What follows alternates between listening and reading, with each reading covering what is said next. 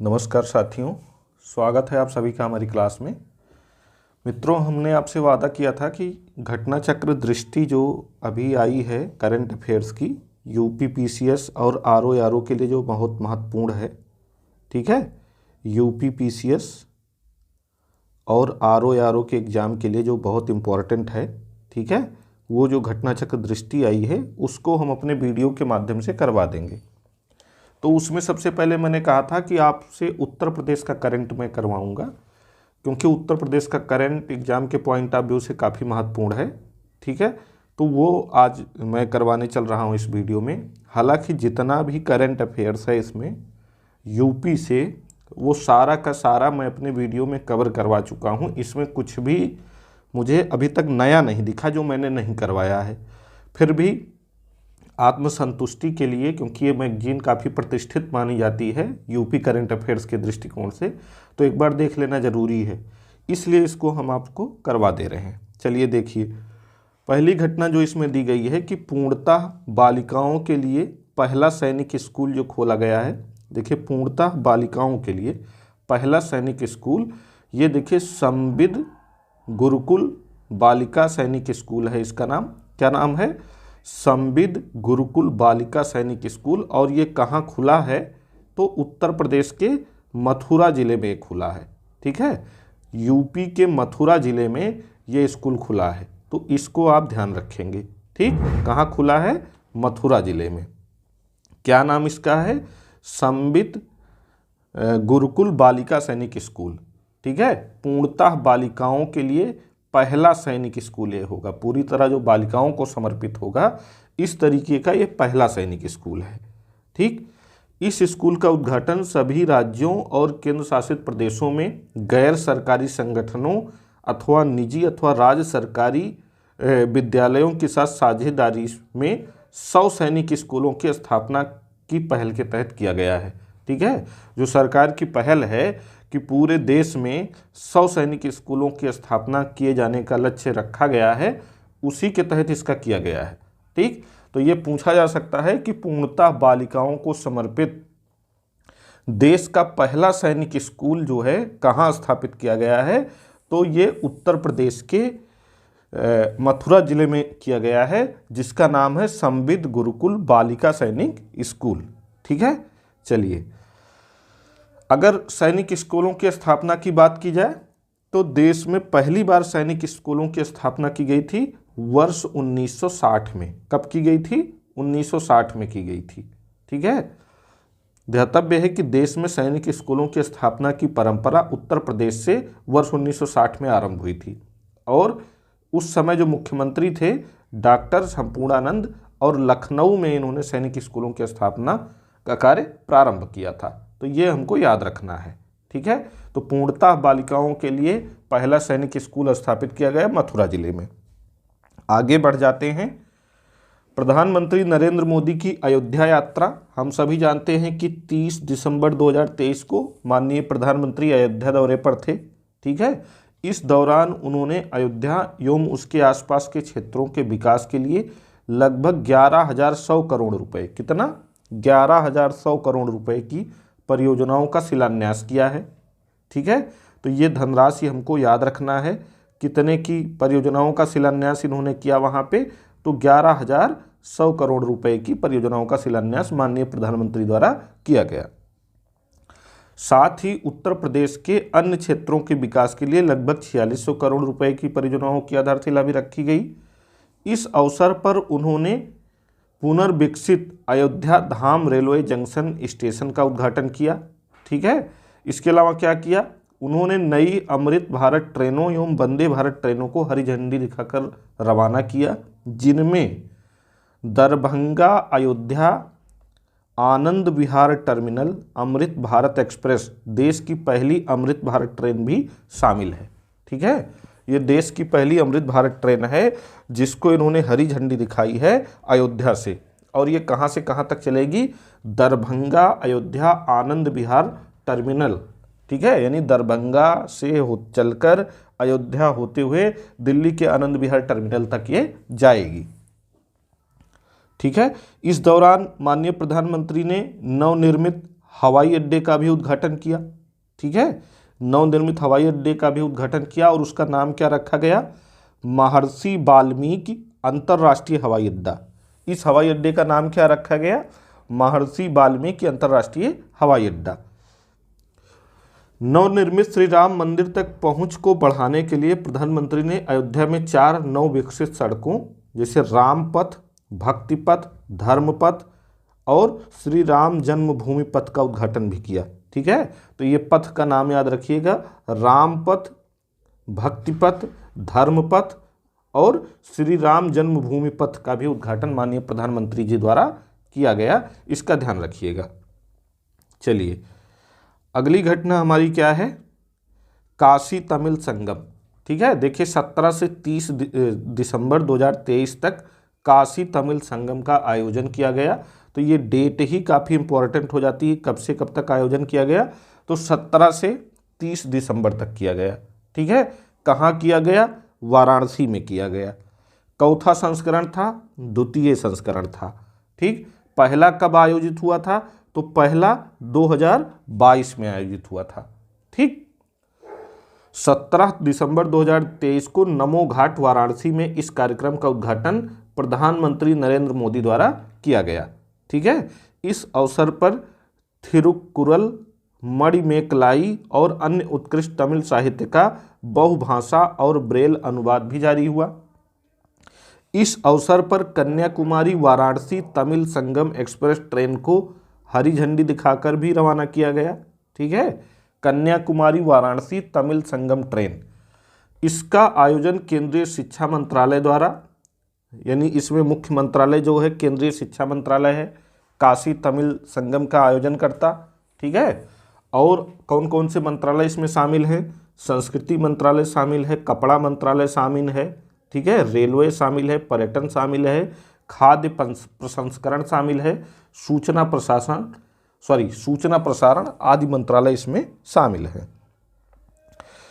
इस कार्यक्रम के लिए तमिलनाडु में IIT मद्रास और उत्तर प्रदेश में बनारस हिंदू विश्वविद्यालय को कार्यान्वयन एजेंसी नामित किया गया। किसको किसको नामित किया गया है, IIT मद्रास और BHU को, ठीक है, कार्यान्वयन एजेंसी नामित किया गया है।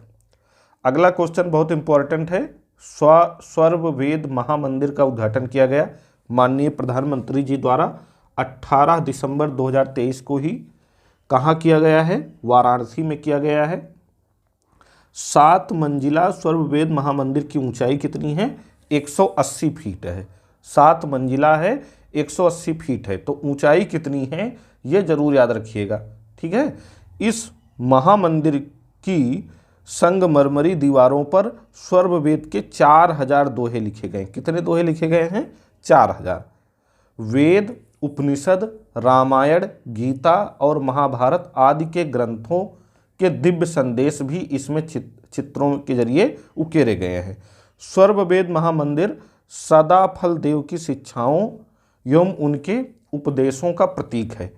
इस महामंदिर को विश्व का सबसे बड़ा ध्यान केंद्र कहा गया है। क्या कहा गया है, विश्व का सबसे बड़ा ध्यान केंद्र।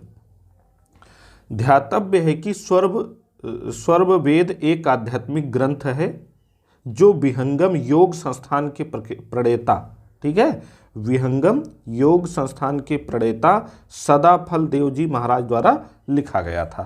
तो स्वर्ववेद किसके द्वारा लिखा गया था, सदाफल देव जी महाराज द्वारा। तो इसको ध्यान रखना है, ठीक है। 7 मंजिला है, 180 फीट है। इसका उद्घाटन माननीय प्रधानमंत्री जी द्वारा किया गया है, वाराणसी में किया गया है, ठीक है। और विहंगम योग संस्थान के प्रणेता संत सदाफल देव जी महाराज द्वारा लिखा गया जो ग्रंथ है उसके 4000 श्लोक इस मंदिर की दीवारों पर उकेरे गए हैं। अगला क्वेश्चन है, लेक क्वीन क्रूज 15 दिसंबर 2023 को मुख्यमंत्री ने गोरखपुर स्थित रामगढ़ ताल में लेक क्वीन क्रूज का लोकार्पण किया। अत्याधुनिक सुविधाओं से युक्त यह क्रूज 2 मंजिला है। ध्यातव्य है कि उत्तर प्रदेश में इनलैंड वाटरवे अथॉरिटी यानी अंतर्देशीय जलमार्ग प्राधिकरण के गठन के माध्यम से राप्ती, सरयू, यमुना तथा गंगा में क्रूज सेवा को बढ़ावा दिया जा रहा है। कहाँ कहाँ दिया जा रहा है? राप्ती, सरयू, यमुना और गंगा में। ठीक है, तो क्रूज लेक क्वीन क्रूज सेवा का उद्घाटन माननीय मुख्यमंत्री द्वारा रामगढ़ताल गोरखपुर में किया गया है। इसका हमको ध्यान रखना है। 42वां रामायण मेला ये हर साल अयोध्या में ही आयोजित होता है। इस बार 14 दिसंबर 2023 को आयोजित हुआ। 42वां था यह क्रमागत रूप से। ठीक है, और इस मेले का समापन 19 दिसंबर 2023 को हुआ। उत्तर प्रदेश सरकार और रामायण मेला समिति के सहयोग से प्रतिवर्ष इस मेले का आयोजन किया जाता है और इस रामायण मेले की शुरुआत जो हुई थी वर्ष 1982 में हुई थी और उस समय माननीय श्रीपति मिश्र मुख्यमंत्री हुआ करते थे यूपी के। रामायण क्रूज सेवा, देखिए केंद्रीय मंत्री डॉक्टर मनसुख मांडविया ने अयोध्या में शीघ्र ही शुरू की जाने वाली रामायण क्रूज सेवा के कार्यान्वयन के लिए आयोजित समीक्षा बैठक 1 दिसंबर 2023 को की। यह उत्तर प्रदेश के अयोध्या में सरयू नदी पर पहली लग्जरी क्रूज सेवा होगी। ठीक है, अगला क्वेश्चन है या अगला करंट है, उत्तर प्रदेश अंतर्देशीय जल मार्ग प्राधिकरण नवंबर 2023 में उत्तर प्रदेश विधानसभा द्वारा उत्तर प्रदेश अंतर्देशीय जल मार्ग प्राधिकरण 2023 को पारित कर दिया गया है। उद्देश्य इसका क्या है कि उत्तर प्रदेश अंतर्देशीय जल मार्ग प्राधिकरण का गठन करना है। इस प्राधिकरण के अध्ययन के रूप में मुख्यमंत्री या तो परिवहन मंत्री को नामित करेंगे या अंतर्देशीय जलमार्ग, पोत, परिवहन एवं नेविगेशन पत्तन एवं समुद्री मामलों से संबंधित विषयों में विशेषज्ञता रखने वाले व्यक्तियों में से किसी एक को नियुक्त करेंगे। ठीक है, ध्यान देने योग्य बात यह है कि गंगा, यमुना एवं अन्य प्रमुख नदियों में कुल 11 राष्ट्रीय जलमार्ग स्थित हैं। कहाँ पे? उत्तर प्रदेश में। ठीक है, उत्तर प्रदेश में गंगा, यमुना और अन्य मुख्य नदियों में कुल 11 राष्ट्रीय जलमार्ग स्थित हैं। अगला है, पहले दूरसंचार उत्कृष्टता केंद्र का उद्घाटन किया गया है। कहाँ किया गया है? तो उत्तर प्रदेश के सहारनपुर जिले में किया गया है। इसको अंग्रेजी में टेलीकॉम सेंटर ऑफ एक्सीलेंस भी कहा जा रहा है। इसको भी हमने आपको करंट में पहले ही करवाया है। यह देश का पहला ऐसा केंद्र होगा। सहारनपुर स्थित IIT रुड़की के परिसर में यह स्थापित किया जा रहा है। यह केंद्र 5G को आर्टिफिशियल इंटेलिजेंस से संबद्ध करने और 6G को लॉन्च करने पर शोध संचालित करेगा। ठीक है, तो टेलीकॉम सेंटर ऑफ एक्सीलेंस की स्थापना कहाँ की जा रही है? उत्तर प्रदेश के सहारनपुर में IIT रुड़की के परिसर में, और ये देश में अपनी तरह का पहला ऐसा केंद्र होगा। अगला पॉइंट है, GI टैग के संदर्भ में उत्तर प्रदेश को दूसरा स्थान प्राप्त हो गया है। ठीक है, अभी हाल ही में उत्तर प्रदेश के 4 और उत्पादों को GI टैग दिया गया है। कौन कौन से हैं? बागपत होम फर्निशिंग है, ठीक, अमरोहा का ढोलक है, कालपी का हस्त निर्मित कागज है, बाराबंकी का हैंडलूम है। इसी के साथ उत्तर प्रदेश सर्वाधिक GI टैग प्राप्त करने के संदर्भ में दूसरे स्थान पर पहुंच गया है। पहले स्थान पे कौन है? तमिलनाडु है, और उत्तर प्रदेश दूसरे स्थान पर पहुंच गया इस संदर्भ में। बागपत जनपद होम फर्निशिंग कामों के लिए पूरे देश में विख्यात है। चादरें, गद्दे, तौलिए, तकिए आदि का उत्पाद यहाँ पर तैयार किया जाता है। अमरोहा का ढोलक जो है, अमरोहा ढोलकों एवं अन्य बीटिंग वाद्य यंत्रों के लिए प्रसिद्ध है। आम व शीशम की लकड़ी का उपयोग किया जाता है, जिन्हें बाद में पशुओं के चमड़े से मढ़ा जाता है। कालपी का हस्त निर्मित जो कागज है, ये अपशिष्ट कागज एवं कपड़े से हस्त निर्मित कागज बनाना कालपी की प्रमुख शिल्पकला है। बाराबंकी हैंडलूम, बाराबंकी जनपद हैंडलूम के जरिए कपड़ा बनाने के लिए विख्यात है। ठीक है, और इसी में एक चीज़ और है, ऐड किया गया है, कांगड़ा की चाय को जो GI टैग दिया गया था यूरोपीय आयोग द्वारा हाल ही में। ठीक है, तो अप्रैल 2023 में यूरोपीय आयोग द्वारा भारत की अनूठी कांगड़ा चाय के लिए संरक्षित भौगोलिक संकेतक प्रदान किया गया। ठीक है, उल्लेखनीय है कि मार्च 2023 में यूरोपीय आयोग द्वारा इस चाय के लिए संरक्षित भौगोलिक संकेतक प्रदान करने की अधिसूचना जारी की गई थी। 11 अप्रैल 2023 से ये प्रभावी हो गई है। कांगड़ा चाय जो है हिमाचल प्रदेश राज्य से संबंधित है, को वर्ष 2005 में भारतीय सरकार द्वारा यानी भारतीय जीआई टैग मिल चुका था। तो भारत द्वारा जो जीआई टैग दिया जाता है वो कांगड़ा चाय को 2005 में ही दिया जा चुका था। अप्रैल 2023 में जो कांगड़ा चाय को जीआई टैग मिला है ये यूरोपीय आयोग द्वारा मिला है। ठीक है, अयोध्या, देखिए अयोध्या से ढेर सारे करंट हैं, ढेर सारे करंट आने वाले हैं। ठीक है, क्योंकि अयोध्या इस समय चर्चा में है। तो हम सभी जानते हैं कि अयोध्या में जो दीपोत्सव कार्यक्रम का आयोजन किया जा रहा है वो कब से किया जा रहा है, आप हमको कमेंट करके बताइएगा। दीपोत्सव कार्यक्रम का आयोजन अयोध्या में कब से किया जा रहा है। और 2023 का जो दीपोत्सव कार्यक्रम था उसमें कुल 22,23,000 दीप प्रज्वलित किए गए। यहाँ से करंट बन सकता है। इसे Guinness book of world record में दर्ज किया गया है। और ये भी करंट मैं आपको करवा चुका हूँ कि भारतीय मंदिर वास्तुकला संग्रहालय की स्थापना अयोध्या में ही की जा रही है। ठीक है, जो देश भर के सभी जो हिंदू मंदिर हैं उनसे संबंधित सूचनाएं उपलब्ध कराएगा, उन पर शोध करेगा। ठीक है, तो अब देखिए अयोध्या शोध संस्थान जो है ये 1986 में स्थापित किया गया था। इसको विस्तार देते हुए अंतर्राष्ट्रीय अयोध्या रामायण एवं वैदिक शोध संस्थान के रूप में विकसित करने का निर्णय लिया गया है। 1986 में अयोध्या शोध संस्थान की स्थापना हुई थी, जिसको अब अंतर्राष्ट्रीय अयोध्या रामायण एवं वैदिक शोध संस्थान के रूप में विकसित किया जाएगा। ठीक है, मंत्रिमंडल द्वारा उत्तर प्रदेश में श्री अयोध्या जी तीर्थ विकास परिषद के गठन के प्रस्ताव को भी मंजूरी प्रदान की गई है। ठीक है, अयोध्या जी तीर्थ विकास परिषद के गठन को मंजूरी प्रदान की गई है। देखिए इस पेज में थोड़ा सा क्लियरिटी कम है, इसीलिए जहाँ जहाँ ज़्यादा डाउट है, इम्पोर्टेंट पॉइंट है, उसको मैं लिख दूंगा। मैंने लिख भी दिया है पहले से, तो थोड़ा सा मैनेज कर लेंगे। देखिए सौम्या माथुर जो हैं इनको जो है सौम्या माथुर को पूर्वोत्तर रेलवे के महाप्रबंधक के रूप में इन्होंने पदभार ग्रहण किया है। ठीक है, पूर्वोत्तर रेलवे के। और हम सभी जानते हैं कि पूर्वोत्तर रेलवे का मुख्यालय जो है गोरखपुर में है। ठीक है, गोरखपुर। तो गोरखपुर में ही ये क्या बनी है, महाप्रबंधक बनी है। इनका नाम क्या है, सौम्या माथुर है। बस इतना ध्यान रखेंगे, ज़्यादा कुछ इसमें महत्वपूर्ण नहीं है। इतना ही हमको ध्यान रखना है कि सौम्या माथुर पूर्वोत्तर रेलवे के महाप्रबंधक के रूप में पदभार ग्रहण किया है और ये पहली महिला, पूर्वोत्तर रेलवे की पहली महिला महाप्रबंधक बनी है। अब देखिए प्रदेश में जनजातीय संग्रहालय। देखिए प्रदेश में जनजातीय संग्रहालय जो पहला स्थापित किया गया था वो महाराजगंज में स्थापित किया गया था। कहाँ पे, महाराजगंज में।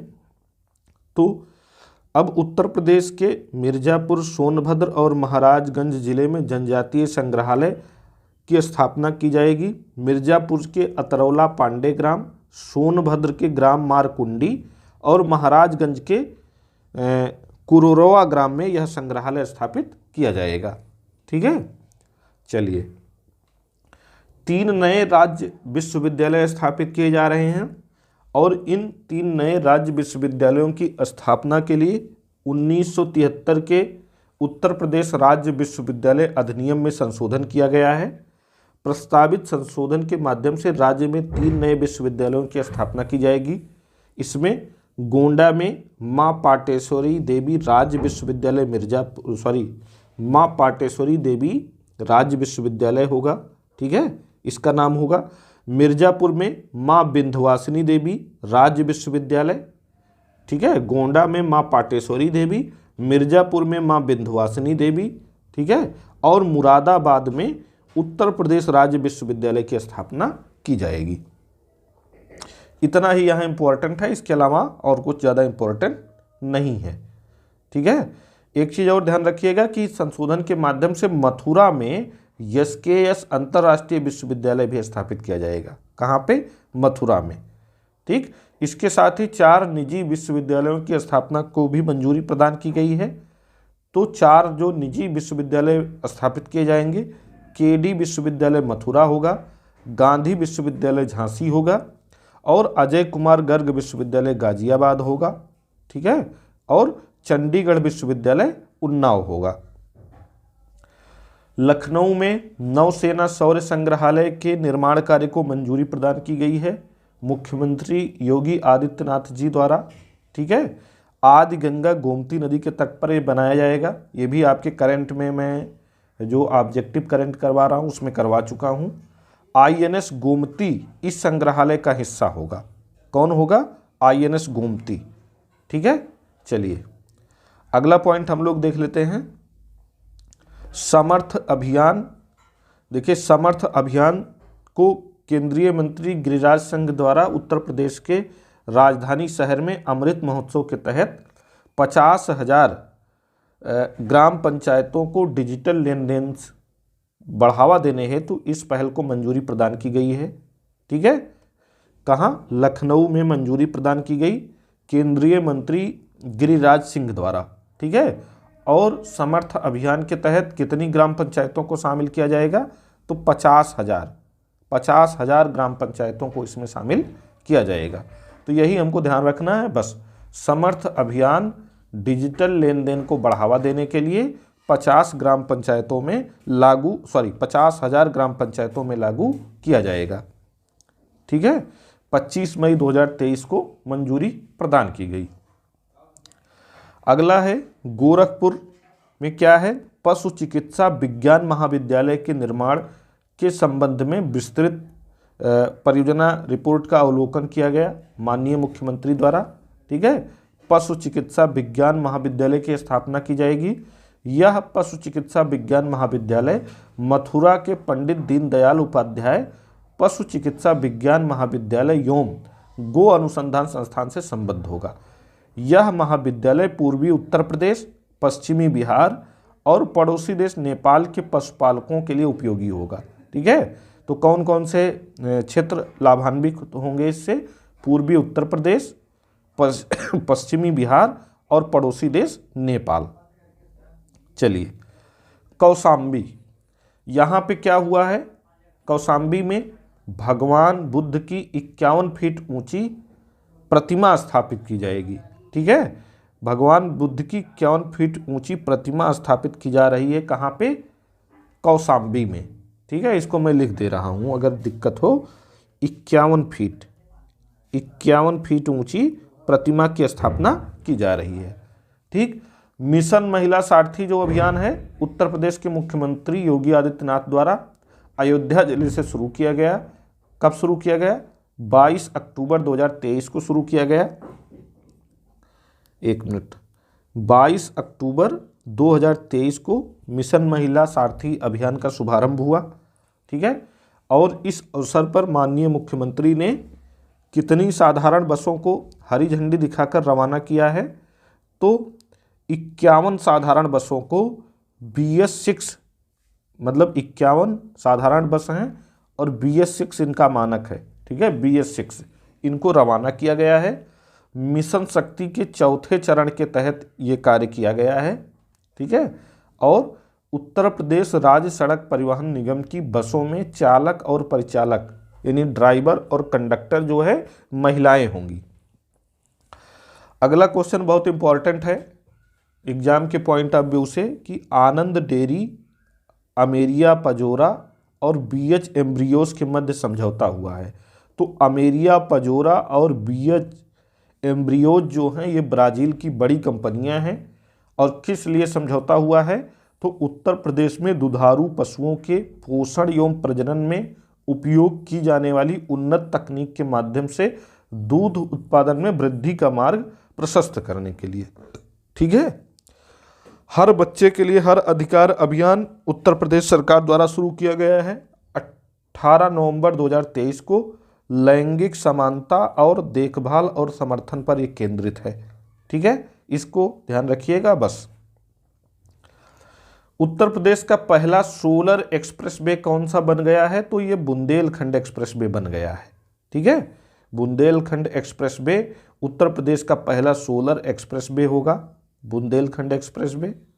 ठीक है, इस एक्सप्रेस वे पर पीपीपी मॉडल के तहत, सार्वजनिक निजी भागीदारी मॉडल के तहत सरकार सोलर प्लांट की स्थापना करेगी, जिसके माध्यम से 550 मेगावाट विद्युत उत्पादन का लक्ष्य निर्धारित किया गया है। तो ये ध्यान रखिएगा, 550 मेगावाट।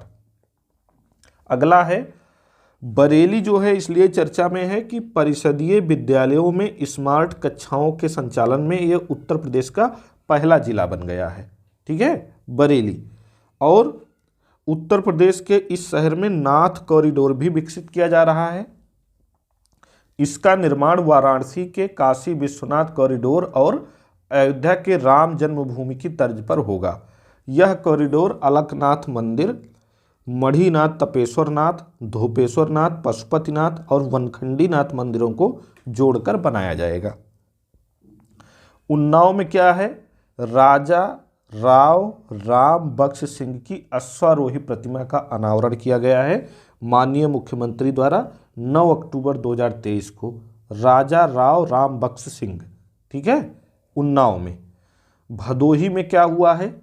भदोही में 45वें अंतर्राष्ट्रीय कालीन मेले का शुभारंभ किया गया माननीय मुख्यमंत्री द्वारा। यह कारपोरेट एक्सपो मार्ट कालीन निर्यात संवर्धन परिषद एवं भदोही जिला प्रशासन द्वारा 8 से 11 अक्टूबर 2023 के मध्य आयोजित किया गया। मुख्यमंत्री ने कारपेट बेल्ट में निर्मित कालीनों की विशिष्ट पहचान के लिए ब्रांड कालीन का भी लोकार्पण इस अवसर पर किया है। ठीक है, चलिए। गाजियाबाद में क्या हुआ है? हिंडन वायुसेना स्टेशन में अपनी तरह की पहली ड्रोन शाह प्रदर्शनी भारत ड्रोन शक्ति 2023 आयोजित किया गया है 25-26 सितंबर 2023 को। ठीक है, भारत ड्रोन शक्ति 2023 गाजियाबाद में। ठीक है, इसका आयोजन भारतीय वायुसेना और ड्रोन फेडरेशन ऑफ इंडिया द्वारा संयुक्त रूप से किया गया है।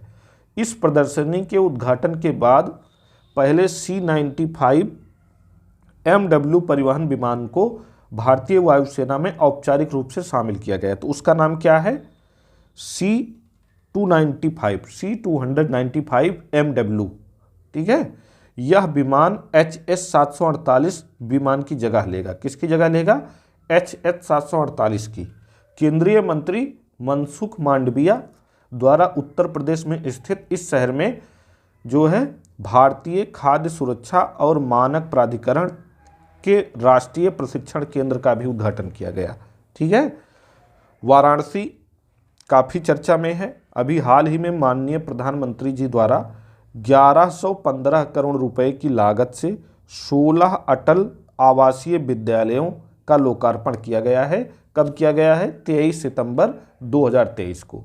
1115 करोड़ रुपए की लागत से 16 अटल आवासीय विद्यालयों का लोकार्पण माननीय प्रधानमंत्री जी द्वारा किया गया है। ठीक है, अगला जो पॉइंट हमारा है, हाँ, प्रधानमंत्री ने गंजारी राजा तालाब में 450 करोड़ रुपए की लागत से 30 एकड़ में, ठीक है, अंतर्राष्ट्रीय क्रिकेट स्टेडियम का शिलान्यास किया है। ठीक है, 450 करोड़ रुपए की लागत से 30 एकड़ में क्या किया है? अंतर्राष्ट्रीय क्रिकेट स्टेडियम का शिलान्यास किया है। ठीक है, कहाँ पे? गंजारी राजा तालाब में। 30,000 दर्शकों की क्षमता वाला यह अंतर्राष्ट्रीय क्रिकेट स्टेडियम देश का ऐसा पहला स्टेडियम होगा जिसके भवन डिजाइन में भगवान शिव और काशी नगरी की झलक देखने को मिलेगी। उत्तर प्रदेश के इस शहर में तेलुगु भाषी लोगों का प्रसिद्ध पुष्करालु उत्सव भी आयोजित हुआ है 22 अप्रैल से 3 मई 2023 के मध्य, जो भारत की 12 पवित्र नदियों की पूजा करने हेतु समर्पित है। वंदन योजना का संबंध किससे है? ये इंपॉर्टेंट है, ध्यान रखिएगा। सांस्कृतिक, पौराणिक, धार्मिक एवं ऐतिहासिक महत्व के स्थलों पर अवस्थापना तथा अन्य सुविधाओं के विकास हेतु वर्तमान वित्तीय वर्ष 2023-24 में प्रारंभ की जा रही इस योजना हेतु विस्तृत दिशा निर्देश निर्गत किए जाने से संबंधित प्रस्ताव अनुमोदित किया गया है 10 अक्टूबर 2023 को। तो बंधन योजना का संबंध है सांस्कृतिक, पौराणिक, धार्मिक एवं ऐतिहासिक महत्व के स्थलों की अवस्थापना एवं उनकी सुविधाएं सुनिश्चित करना। ठीक, ये बहुत इंपॉर्टेंट है। विजयपुर औरैया फूलपुर पाइपलाइन परियोजना की कुल लंबाई कितनी है? तो 352 किलोमीटर है। 1750 करोड़ इसकी लागत है। 5 अक्टूबर 2023 को माननीय प्रधानमंत्री द्वारा इसका उद्घाटन किया गया है। ठीक है।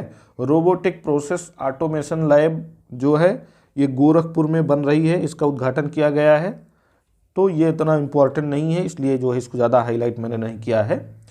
अत्याधुनिक क्वांटम प्रौद्योगिकी समर्पित हरित हाइड्रोजन उत्पादन वाराणसी विश्वविद्यालय में इसका उद्घाटन हुआ है। कहाँ पे? वाराणसी विश्वविद्यालय में 11 अक्टूबर 2023 को।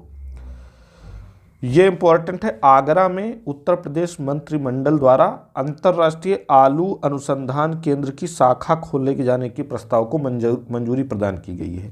ठीक है, अंतर्राष्ट्रीय आलू अनुसंधान केंद्र की शाखा खोले जाने के प्रस्ताव को मंजूरी आगरा में उत्तर प्रदेश मंत्रिमंडल द्वारा प्रदान की गई है। 8 अक्टूबर 2023 को वायुसेना दिवस मनाया गया और इस अवसर पर भव्य एयर शो का आयोजन कहाँ पे किया गया है? तो प्रयागराज में संगम के तट पर किया गया है। ठीक है, और इसके बाद है नंदिनी कृषक समृद्धि योजना। मवेशियों की नस्ल में सुधार और दूध उत्पादन को बढ़ावा देने हेतु नंद बाबा मिशन के तहत इसको शुरू किया गया है। सरकार 25 दुधारू गायों की 35 इकाइयाँ स्थापित करने वाले लाभार्थियों को सब्सिडी देगी इसमें, नंदिनी कृषक समृद्धि योजना में। ठीक है, 25 दुधारू गायों की 35 इकाइयाँ स्थापित करने वाले लाभार्थियों को इससे लाभ मिलेगा। ठीक है, प्रारंभिक चरण में यह योजना 10 मंडल मुख्यालयों में चलेगी। अयोध्या, गोरखपुर, वाराणसी, प्रयागराज, लखनऊ, कानपुर, झांसी, मेरठ, आगरा और बरेली में। ठीक है, आकांक्षी नगर योजना 2023-24 में यह प्रारंभ की गई है उत्तर प्रदेश सरकार द्वारा। 12 सितंबर 2023 को मंजूरी प्रदान की गई। इसका उद्देश्य क्या है? वर्तमान में संचालित सरकारी योजनाओं को नियोजित शहरी विकास हेतु अच्छे ढंग से लागू करते हुए त्वरित प्रगति एवं सतत विकास की प्राप्ति करना। ठीक है, और ये ध्यान दीजिएगा, अंतर्राष्ट्रीय मंदिर कन्वेंशन एवं एक्सपो 2023 का आयोजन कहाँ किया गया है? तो ये वाराणसी उत्तर प्रदेश में किया गया है 22 से 24 जुलाई 2023 के मध्य। तो अयोध्या और वाराणसी में कन्फ्यूजन हो सकता है, तो ध्यान रखिएगा कि ये आयोजन हुआ है कहाँ पे? अंतर्राष्ट्रीय मंदिर कन्वेंशन एक्सपो का वाराणसी उत्तर प्रदेश में। गांडीव 5 एक अभ्यास आयोजित किया गया है पुलिस मुख्यालय लखनऊ में। संयुक्त अभ्यास ये आयोजित है 14 सितंबर 2023 को। ठीक है, और इसका आयोजन राष्ट्रीय सुरक्षा गार्ड और उत्तर प्रदेश पुलिस द्वारा आतंकी घटनाओं से सफलतापूर्वक निपटने हेतु किया गया है। ठीक है, राष्ट्रीय सुरक्षा गार्ड और उत्तर प्रदेश पुलिस द्वारा। ठीक, अगला है व्यापारी कल्याण दिवस जो मनाया गया है, ये 29 जून को मनाए जाने की घोषणा की गई है। पहली बार की गई है, इसलिए इम्पोर्टेंट है। ठीक है, नोएडा में वेद वन पार्क का उद्घाटन किया गया है, ये ध्यान रखिएगा। बाकी इसमें ज़्यादा कुछ देखने लायक है नहीं। गोपाल दास नीरज सम्मान उत्तर प्रदेश भाषा संस्थान द्वारा प्रदान किया गया। 5 कवियों को ये दिया गया है। किसको किसको?